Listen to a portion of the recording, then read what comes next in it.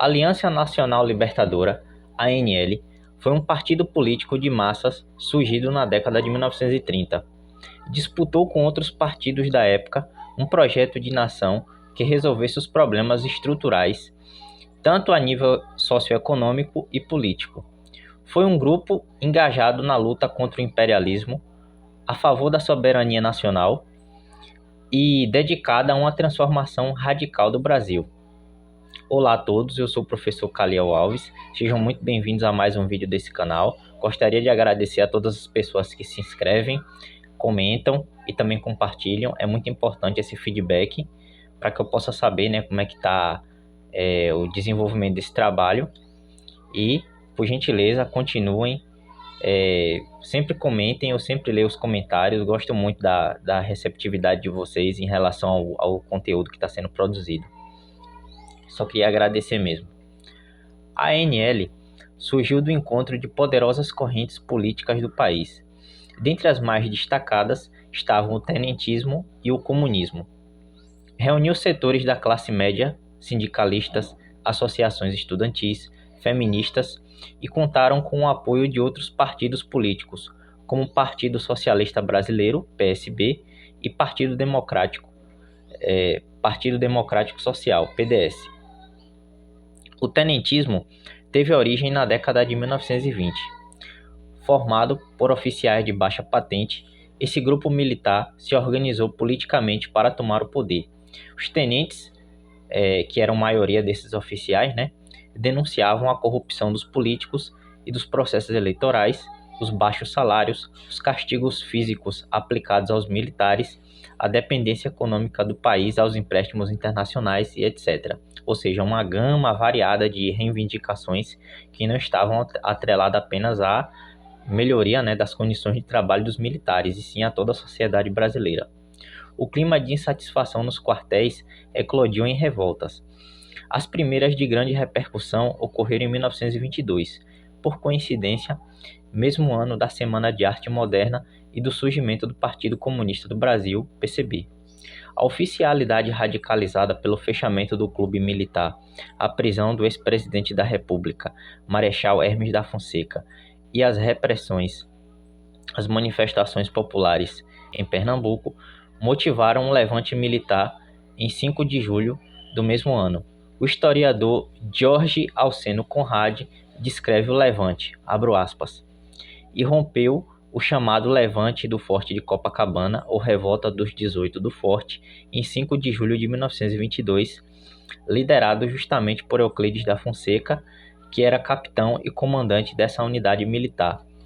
Com apoio dos tenentes Siqueira Campos, Eduardo Gomes, Newton Prado, Mário Carpenter e outros militares, a marcha que buscava atravessar a Avenida Atlântica teve o apoio de um civil, Otávio Corrêa, mas foi violentamente alvejada por tropas legalistas entre o Forte de Copacabana e o Leme, para onde se dirigiam de armas na mão os revoltosos, restando vivos apenas os 2 primeiros, além de outros 2 soldados.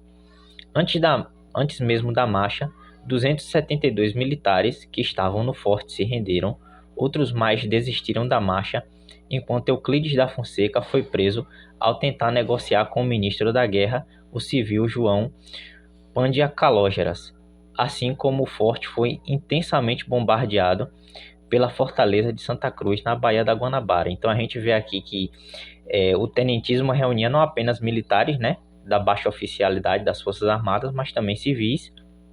E Euclides da Fonseca, que é uma dessas grandes lideranças, é filho de Hermes da Fonseca.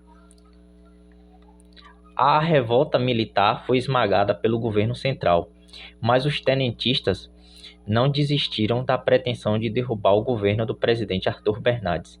Em 1924, em 5 de julho, iniciada em São Paulo, se alastrou pelo país como um incêndio. Liderados pelo comandante da Força Pública de São Paulo, Isidoro Dias Lopes, e por Miguel Costa, o movimento sofreu um grande ataque das forças governistas, ou seja, 2 anos depois, os tenentistas uma segunda vez se juntam e tentam, mais uma vez, uma revolução, uma grande revolta militar para tomar o poder e destituir o presidente da República. E isso vai ter, né, encadeamentos ao longo de toda a vida republicana. Forçados a recuar ao Paraná, uniram forças com a divisão Rio Grande, né, que era liderada pelo tenente Luiz Carlos Prestes, e assim surgiu a força militar revolucionária mais impressionante que o Brasil já conheceu, a Coluna Prestes.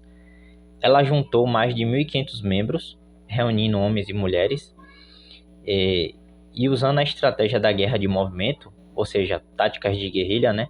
Ao invés da guerra de posição em que aquela força militar fica ali estacionada no lugar, na guerra de movimento você percorre, né, grandes extensões de... Você sempre está em movimento. A coluna marchou por 3 estados brasileiros, percorreu aproximadamente 25 mil quilômetros, tudo isso sem sofrer uma única derrota entre os anos de 1924 a 1927. Então a coluna Prestes, ela é uma força militar invicta, né? Até o momento, todos os registros históricos apontam para isso. Sem adquirir apoio da população brasileira, a coluna Prestes foi dissolvida após atravessar a fronteira com a Bolívia. Apesar disso, em 1926, houve vários levantes militares em Bagé, São Gabriel e Santa Maria, sem maiores repercussões. Ou seja, 2 anos depois, né, de 1924, do 5 de julho de 1924, ocorreu mais revoltas militares, mas essas com menos força. Do lado comunista da força, na ilegalidade, sob forte repressão, os comunistas brasileiros organizaram-se através do Bloco Operário Camponês, BOC. A Associação Política Classista lançou o seu próprio candidato à presidência da República em 1930, o marmorista Minervino de Oliveira, um homem negro e operário. Ele já havia sido vereador do Rio de Janeiro em 1927 e também já tinha conquistado o cargo, né, de secretário-geral da Confederação dos Trabalhadores do Brasil, CGTB. Enquanto isso, Astroagildo Pereira, uma das lideranças do PCB, entrava em contato com Luiz Carlos Prestes e levou para ele, né, no exílio de Prestes, algumas obras marxistas, para que ele pudesse estar entrando em contato com o pensamento marxista. Após a vitória de Júlio Prestes em 1930, os tenentistas levantaram armas mais uma vez. Derrotado nas eleições, o gaúcho Getúlio Vargas foi estimulado a realizar um golpe de Estado. Após intensos combates pelo Brasil, o governo provisório foi instaurado e durou de 1930 a 1934, e nesse período os tenentes se dividiram em 2 alas. Os insatisfeitos com a Revolução de 1930 exigiam uma mudança política mais radical, e os mais alinhados ao comunismo, que são chamados tenentes de esquerda, né? Voltados para uma mudança social, ou seja, uma revolução social que incorporasse as classes populares nas relações políticas.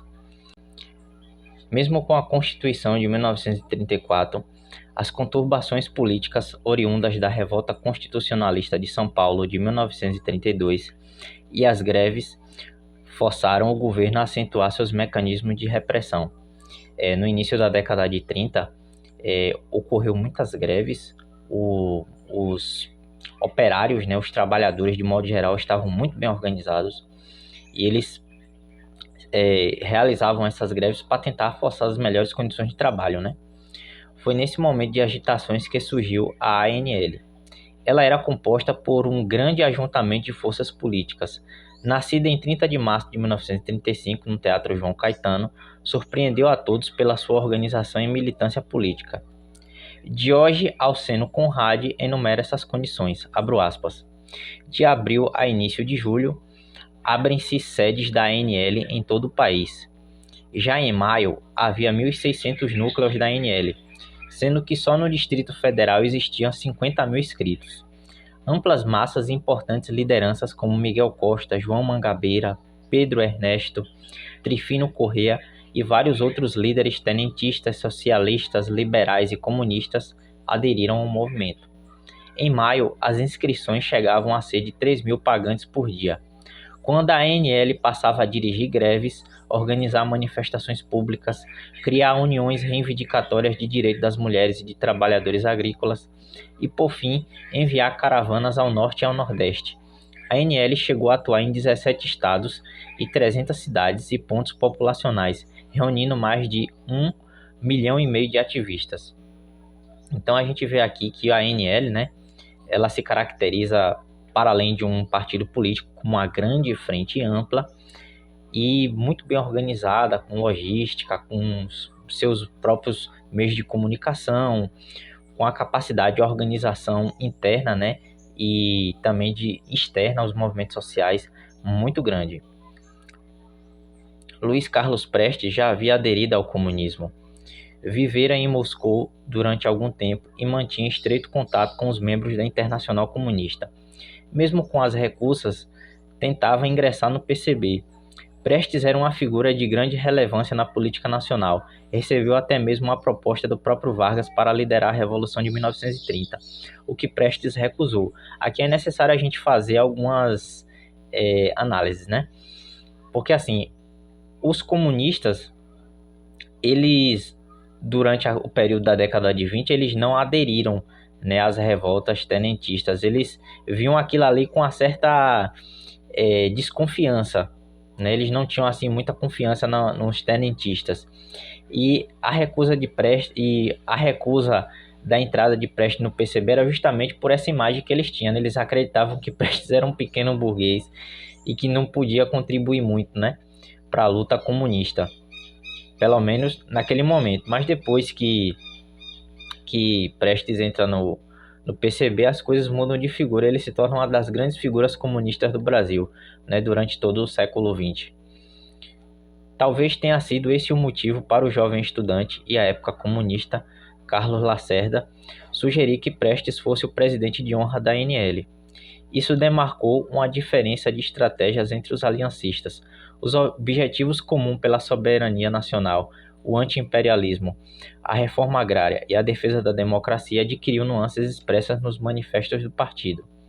Então aqui, mais uma vez, uma coisa muito interessante. Carlos Lacerda, durante a juventude, antes dele ser um liberal reacionário, ele era, né, vamos supor assim, um simpatizante do tenentismo, participou da ANL e inclusive ele admirava muito Prestes e depois se tornou um grande liberal internacionalista, anticomunista, enfim, uma figura bem controversa assim da nossa história.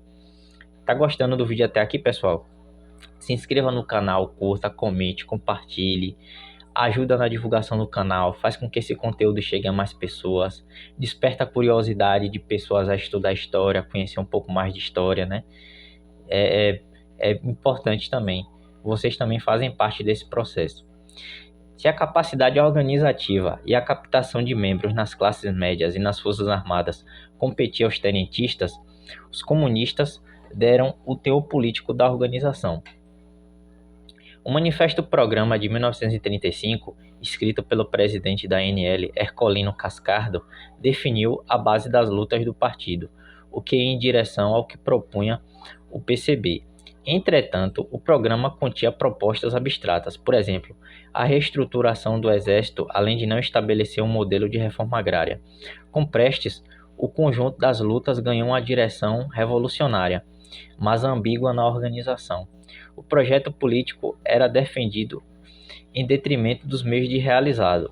O fato não impede a visualização de um projeto político amplo, e como reforça o historiador Lucas Alexandre Andretto, abro aspas, em síntese, a particularidade do programa da Aliança Nacional Libertadora é ser a única proposta oferecida aos problemas da crise dos anos 1930, em específico, e da modernização burguesa brasileira de modo geral, que passava não apenas pela manutenção do regime democrático, mas pela sua ampliação para uma espécie de democracia popular, na medida em que conhecia o direito de livre organização sindical e política dos trabalhadores e outras camadas populares e exigia a realização de demandas históricas de grupos subalternos, como negros e indígenas. Também se diferencia pela tentativa de estabelecer um projeto de estado de bem-estar social a ser criado no Brasil, incluindo legislação social e trabalhista, acesso e desenvolvimento da educação e saúde. Sobretudo, era o único a propor uma ruptura completa com um modelo dependente do desenvolvimento capitalista que caracterizou a história do Brasil. A ANL encontrava sua especificidade na proposta de uma modernização emancipatória em que a riqueza material produzida nacionalmente deveria ser empregada no bem-estar social da população e no desenvolvimento econômico, técnico, científico e cultural do país. Era uma proposta de revolução democrático-burguesa, tal como definiam os comunistas, isto é, que cumpriria o papel histórico de desenvolver as forças produtivas capitalistas, domando-as em favor da população por meio de uma democracia de massas. Fecho aspas. Durante a curta existência da ANL, os seus partidários conviveram sob a ameaça de 3 inimigos: a Lei de Segurança Nacional, LSN, os órgãos repressores varguistas e o integralismo. Para o governo, os aliancistas eram uma fonte de perturbações políticas através das organizações de greves, de passeatas, dos comícios, das manifestações populares e seus embates de rua com os integralistas, às vezes envolvendo tiroteios, aceleraram o fechamento da ANL em 11 de julho de 1935. A partir desse momento, os tenentes de direita saíram da organização política após a ilegalidade, mantiveram distância da ANL. Já os tenentes de esquerda, com maior relação ou simpatia pelo comunismo, continuaram a atuar na ilegalidade conjuntamente com o PCB. Essa aliança ANL-PCB resultou em um dos levantes militares com maior repercussão na era Vargas. O que ficou conhecido como intentona comunista nos livros de história ocorreu entre 23 a 27 de novembro nos estados do Rio Grande do Norte, Pernambuco e Rio de Janeiro. Os levantes não passaram de quarteladas desorganizadas, iniciadas sem anuência da direção central do PCB, de improviso motivado por paixões políticas. Para se ter uma ideia, nem a direção estadual do PCB do Rio Grande do Norte soube das insurreições do seu estado. Subestimando as condições de luta, Prestes resolveu apoiar os levantes e organizou um no Rio de Janeiro em 27 de novembro. Isso já quando os movimentos lá do Rio Grande do Norte e de Pernambuco já tinham sido debelados. O movimento em Natal, Recife e Rio de Janeiro foi vencido com facilidade. A repressão aos comunistas foi implacável. Houve uma verdadeira caça às bruxas. Comunistas foram presos, torturados e alguns até mortos. A historiadora Marli de Almeida Geviana retrata a extensão dessa repressão aos comunistas. Abro aspas. A 3 de dezembro, o governo criou a Comissão de Repressão ao Comunismo. Numa reunião de generais, o chefe do Estado-Maior do Exército, general Góes Monteiro, insinuou que os direitos constitucionais não deveriam ser mantidos para que a repressão pudesse ser mais eficiente. Pediu-se a ajuda do Intelligence Service inglês e da Gestapo nazista para identificar os revolucionários estrangeiros, e o chefe de polícia, Filinto Strubing Miller, iniciou uma brutal repressão. Foram atingidos por ela não só os comunistas e aliancistas, mas todos os democratas e quem mais se opusesse ao governo. Fecho aspas.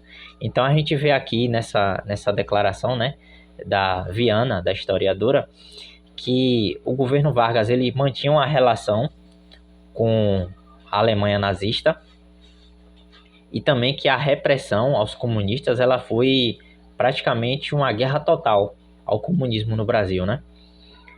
Tanto é que Olga Benário, que era a esposa de Luiz Carlos Prestes, que estava grávida na época, foi mandada, porque ela não era cidadã brasileira, né? Ela foi mandada para a Alemanha e lá ela acabou falecendo no cárcere, mas graças a Deus a filha de Prestes acabou voltando para ele. O PCB e os aliancistas sofreram um duro golpe. Os levantes militares de 1935 demonstraram um erro de cálculo. A tentativa frustrada de revolução súbita foi combatida com êxito pelo governo. Prestes foi um dos poucos sobreviventes, responsável por dar continuidade às lutas no PCB durante o período de ilegalidade. Mesmo com a derrota, o programa revolucionário da ANL continua atual, pois os problemas que ela buscou resolver ainda persistem no país. Para quem acompanhou o vídeo até o final, deixa um like, comente, compartilhe o vídeo. Deem sugestões também. Eu gosto muito das sugestões que vocês dão. Esse aqui é mais um vídeo que vai para a playlist, né, da história política. Eu acho que tem tudo a ver com essa playlist. Gostaria de agradecer a todo o apoio que vocês têm dado aqui e até o próximo vídeo.